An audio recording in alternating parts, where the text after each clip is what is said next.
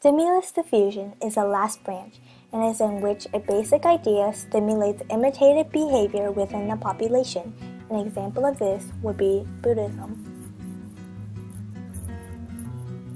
Relocation diffusion is a type of diffusion in which individuals or populations migrating from the source areas physically carry the innovation or idea to new areas.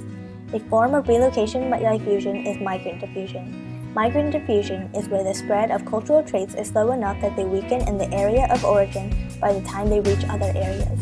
An example is contagious diseases in Native American populations.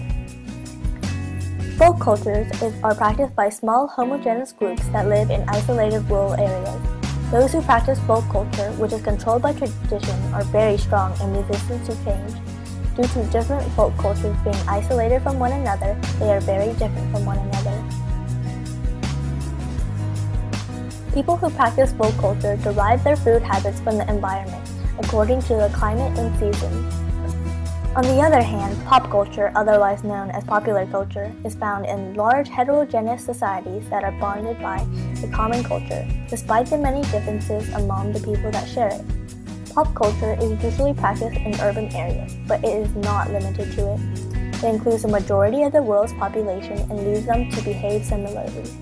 Pop culture's environmental consequences include uniform landscapes, the increased demand for natural resources, and pollution. And that's it, the end.